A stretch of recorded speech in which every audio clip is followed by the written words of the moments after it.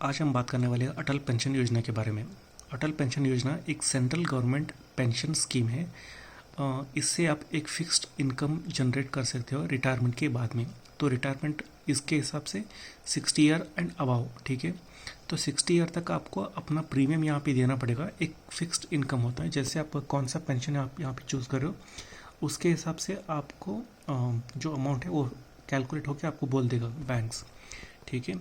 तो इसमें हम जाते हैं। सेकंड पॉइंट आप देख सकते हो यहाँ पे, इसे हमें मैनेज करते हैं गवर्नमेंट का एक कंपनी है, एक ऑर्गेनाइजेशन है, उसका नाम है pension fund regulatory and development authority. ये उसे मैनेज करता है, ठीक है। सो मोस्टली जहाँ पे भी इंडिया में जो पेंशन वगैरह होते हैं यही बातें वो मैनेज करता है। इवन आप चेक करोगे तो नेशनल पेंशन स्कीम उसे भी मैनेज करने वाले PFRD है। ये PFRD गवर्नमेंट रेगुलेटेड बॉडी है, तो इससे हमें कोई घबराने की कोई बात नहीं है, ठीक है। और यहाँ पे पेंशन सिर्फ एक अनऑर्गेनाइज सेक्टर के लिए मेनली ये लोगों ने डिज़ाइन किया। इसका मतलब ये नहीं कि आप नहीं अप्लाई नहीं कर सकते, इसे अप्लाई कोई भी कर सकता है, ठीक है। बट फिर भी ये एक अनऑर्गेनाइज सेक्टर के लिए, जैसे जो वेंडर्स होते हैं, जैसे फ्रूट्स वेजिटेबल्स जो बेचते हैं, जो day to day work labours होते हैं उनके लिए। ताकि आप देख सकते हो यहाँ पे इसका जो पेंशन भी है, पेंशन 1000 से 5000 तक वेरी होता है इसका।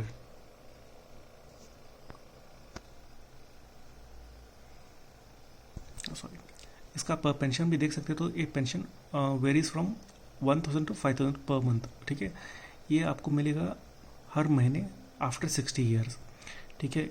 इसका एज ऑफ ज्वाइनिंग है 18 to 40 ईयर्स। तो कोई भी बंदा अगर 18 से 40 के बीच में है तो इसमें ज्वाइन कर सकता है, और वो इंडियन होना ही चाहिए।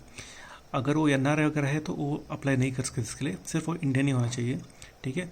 और पेंशन जो स्टार्ट होता है वो 60 ईयर कंप्लीट होने के बाद इमीडिएटली वो स्टार्ट हो जाता है।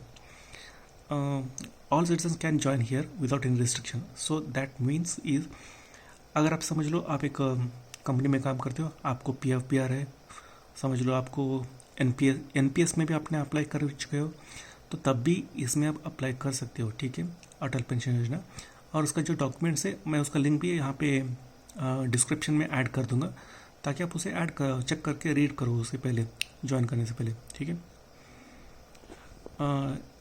जो भी यहाँ पे एनरोलमेंट्स होता है इसे आप बैंक से ही कर सकते हो, ठीक है। एक बार आप बैंक में जाके अपने जो भी सेविंग अकाउंट में बैंक होता है वहाँ पे जाके उनसे बातचीत करो, और वो लोग आपको इंस्ट्रक्ट करेंगे कैसे इसे एनरोल करना है, ठीक है। और एक बार आप एनरोल कर दिया तो वो लोग क्या करेंगे, ऑटो डेबिट फैसिलिटी में चला जाएगा। जैसे मंथली पेंशन की तरह मंथली EMI जो होते हैं वैसे यहाँ पे भी कट होता है, स्टार्ट होता है। और ये बहुत छोटा अमाउंट ही होता है जो कट होता जाता है। मैं वो अमाउंट्स को भी बाद में दिखाऊंगा कैसे होता है, ठीक है। अगर समझ लो, अगर आपने कोई पेंशन ले लिया जैसे 5000 का, और कोई मंथली प्रीमियम आ गया 300-400 रुपये ऐसे कुछ आया, और उस महीने 1 या 2 महीने आपने पे नहीं किया, ठीक है, तो क्या हो जाएगा, अगर वो पे नहीं करोगे तो आपको पेनल्टी भरनी पड़ेगी उसके लिए। अब पेनल्टी बहुत छोटा अमाउंट है, जैसे अगर आपका प्रीमियम है तो 100 रुपीज़ का प्रीमियम है पर मंथ, तो उस हिसाब से 1 रुपये आपको पेनल्टी पड़ेगी। अगर प्रीमियम 100 to 500 है तो 2 रुपये पड़ेगा। अगर प्रीमियम 500 to 1000 तक है तो 5 रुपीज़ है। अगर प्रीमियम 1000 एंड अबाव है तो तब जाके 10 रुपये पड़ेगा, ठीक है। अगर ये तो पड़ेगा हर महीने 6 महीने तक, ठीक है। तो उसके बाद क्या होता है, बैंक्स चेक करते हैं कि बंदा वापस आने की गुंजाइश रखता है कि नहीं रखता है। अगर समझ लो तो इस हिसाब से हम क्या कर देते हैं, अगर पेमेंट नहीं आ रहा है, ठीक है, उस समय ये लोग बंद कर देते हैं या उसे फ्रीज कर देते हैं, ठीक है। वो कैसे होता है, अगर 6 महीने तक अगर कोई भी ट्रांजैक्शन नहीं हुआ आपकी तरफ से, अगर इंस्टॉलमेंट नहीं आए, तो लोग सिर्फ फ्रीज करके अकाउंट को रखेंगे, ठीक है। अगर 12 महीने तक भी नहीं हुआ तो उसे डीएक्टिवेट कर देंगे, तो तब भी आपको चांस रहेगा यहाँ पे। अगर 24 मंथ्स तक अगर कुछ भी आपका कोई भी इंस्टॉलमेंट यहाँ पे ऐड नहीं हुआ, तो ऑटोमेटिकली गवर्नमेंट ऑफ इंडिया ऐसे क्लोज ही कर देगा आपका अकाउंट को, या वो ऐसे क्लोज होकर रहेगा। तो बाद में आपको बैंक में जाके आपको फॉर्म वगैरह फिल करके उसे रिडीम करना पड़ेगा, ठीक है। आपको till that time you have to pay the penalty also. तो नीचे आप देखते हैं अभी कैसे, ठीक है, इसमें इतना ही है। तो अभी मैं दिखाऊंगा आपको कौन सा कंट्रीब्यूशन में कितना दिखता है अमाउंट। ठीक है, तो ये आप देख सकते हो यहाँ पे गवर्नमेंट ऑफ इंडिया का ही है, ये PFRDA का है। ठीक है, इसमें आपको मालूम हो जाएगा यहाँ पे अगर आपका एज क्या है, एक इलस्ट्रेशन है, एक एग्जाम्पल की तरह समझ लो। आपका 18 एज है और थोड़ा क्लोज जाते हैं, और आपको चाहिए 1000 का पेंशन पर महीने आफ्टर 6 ईयर्स, तो आपका मंथली प्रीमियम होगा 42 रुपीज़।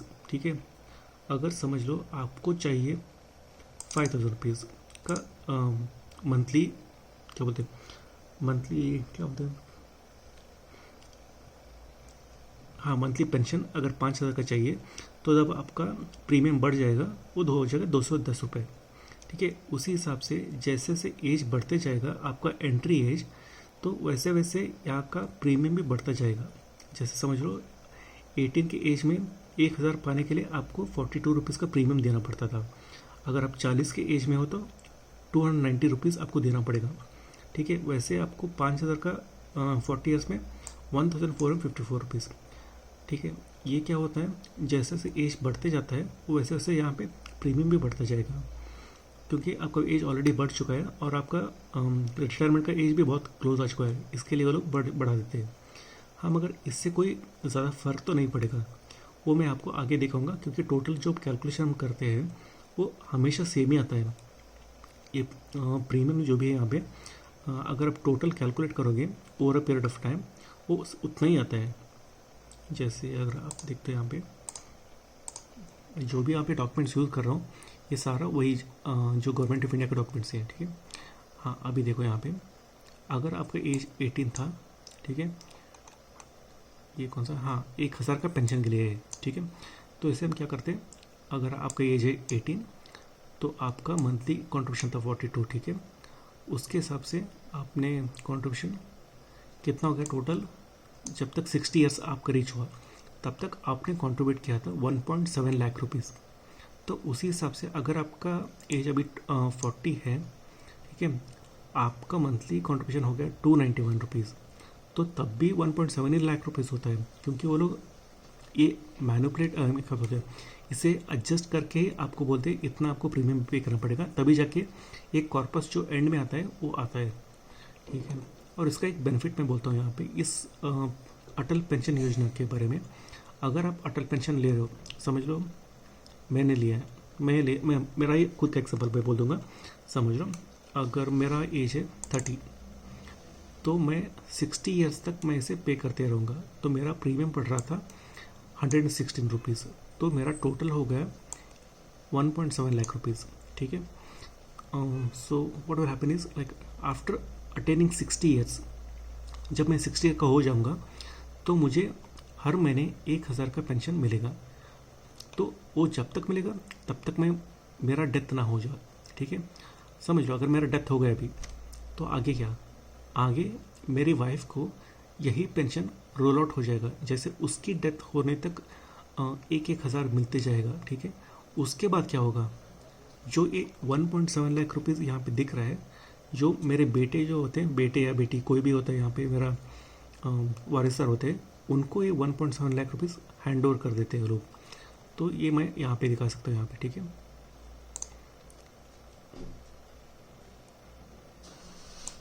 ये आप पढ़ सकते हो यहाँ पे, table of contribution levels, fixed monthly pension subscriber and his spouse and return of the corpus to the nominee of subscribers and the contribution period until the Atal pension Yojana. ठीक है, तो क्या हुआ है यहाँ पे, मुझे मिल रहा है पेंशन जो मैंने एनरोल किया था सिर्फ। ठीक है, उसके बाद मैं ये पेंशन मेरे वाइफ को हैंड ओवर हो जाएगा, और उसके बाद सबके दोनों के डेथ के बाद यहाँ पे जो भी होता है ना ये कॉर्पस, ये हमारे बच्चों को मिल जाएगा।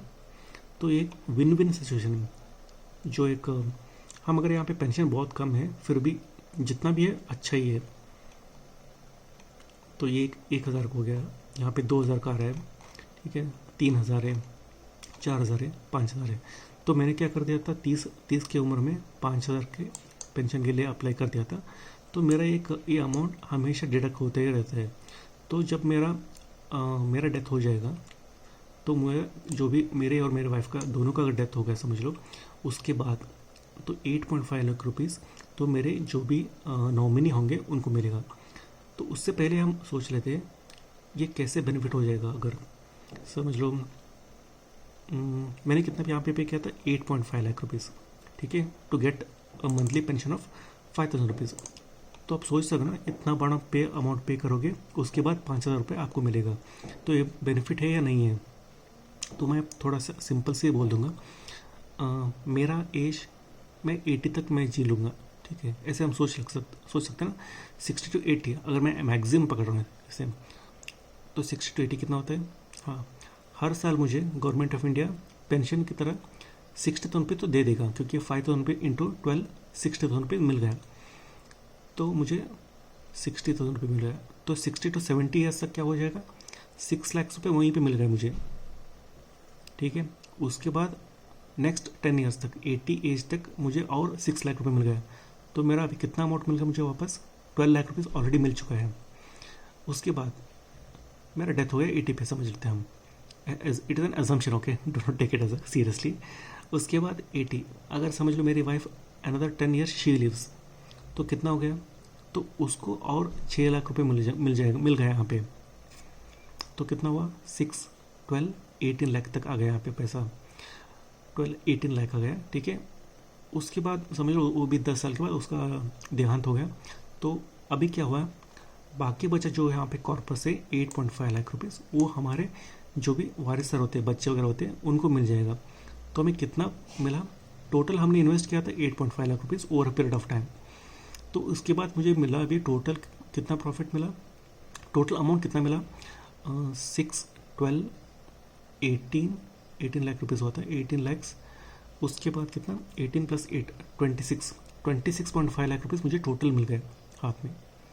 तो आप एक सोच सकते हो वहाँ पे एक अच्छा अमाउंट है, देखने में 5,000 पर महीने क्या मीन्स इतने साल के बाद बहुत ही छोटा अमाउंट हो सकता है, तब भी एक अच्छा अमाउंट है। आप यहाँ पे कॉन्ट्रीब्यूट स्टार्ट कर सकते हो। अगर आप सोचो, एक बार सोच के तो देखो, एक पेन और पेपर डाल के देखो, ये अमाउंट मेरे लिए सच में मायने रखता है कि नहीं रखता है, या इतना अमाउंट अच्छा वाला अमाउंट एक फिक्स्ड है, एक गवर्नमेंट सपोर्टेड स्कीम है।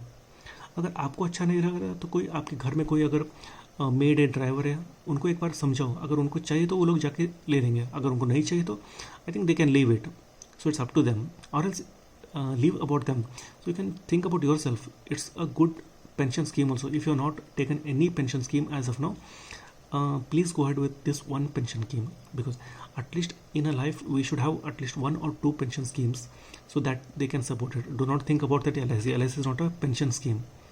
They will actually ruin our life. I will just demonstrate in one of the videos like how LIC has been ruining everyone, but still people are taking that annuity plans. That I will explain it properly. Okay, so till that time I think you can just think about this one.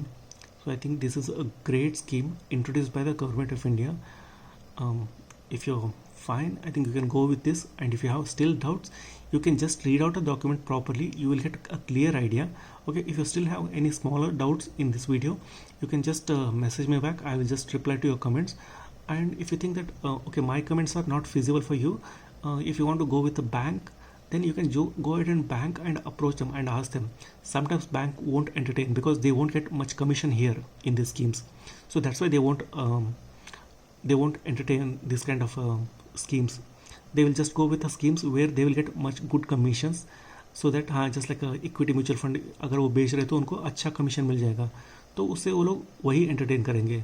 ऐसे schemes को जो central government के scheme होते हैं, यहाँ पे बहुत ही छोटा अमाउंट उनको मिलता है, तो इसके लिए वो लोग यहाँ पे आपको एंटरटेन नहीं करें। वो बोलते हैं आपको चाहिए तो ले लो, ठीक है, उतना उससे ज़्यादा वो लोग नहीं बोलेंगे। तो यहाँ पर आपको ही होमवर्क करना पड़ेगा, और उसके बाद जाके वहाँ पे आपको चाहिए तो आप अप्लाई कर दो, ठीक है। कोई भी बैंक अप्लाई कर सकते हो, मैंने तो HDFC बैंक में अप्लाई किया, कोई भी नेशनलाइज बैंक से आप यहाँ पे अप्लाई कर सकते हो, ठीक है। अप्लाई करके मे बी यहाँ पे कोऑपरेटिव बैंक ये सब कुछ आता नहीं है, यहाँ पे सिर्फ नेशनलाइज बैंक आते हैं। जो भी नेशनल बैंक वो गवर्नमेंट भी हो सकते हैं, प्राइवेट भी हो सकते हैं। आपको अगर कोई डाउट है तो आपके बैंक में अप्लाई होता ही नहीं होता है, एक बार आप बैंक पे जाइए, आप पूछिए ये फैसिलिटी उनके पास है या नहीं है। अगर नहीं है तो कोई दूसरा बैंक में जाके अप्लाई करिए। जैसे मुझे मालूम है SBI में है, सारे गवर्नमेंट बैंक में है, ठीक है। तो अगर प्राइवेट बैंक HDFC में है, ICICI में है, ये तो मैंने देखा है। अगर कोई दूसरा बैंक से, वो तो आप चेक कर सकते हो, जैसे एक्सिस हो गया, कोटक हो गया। कोटक में भी मुझे लगता है एक बार आप जाके चेक करो, ठीक है। So that's it for today, thank you all.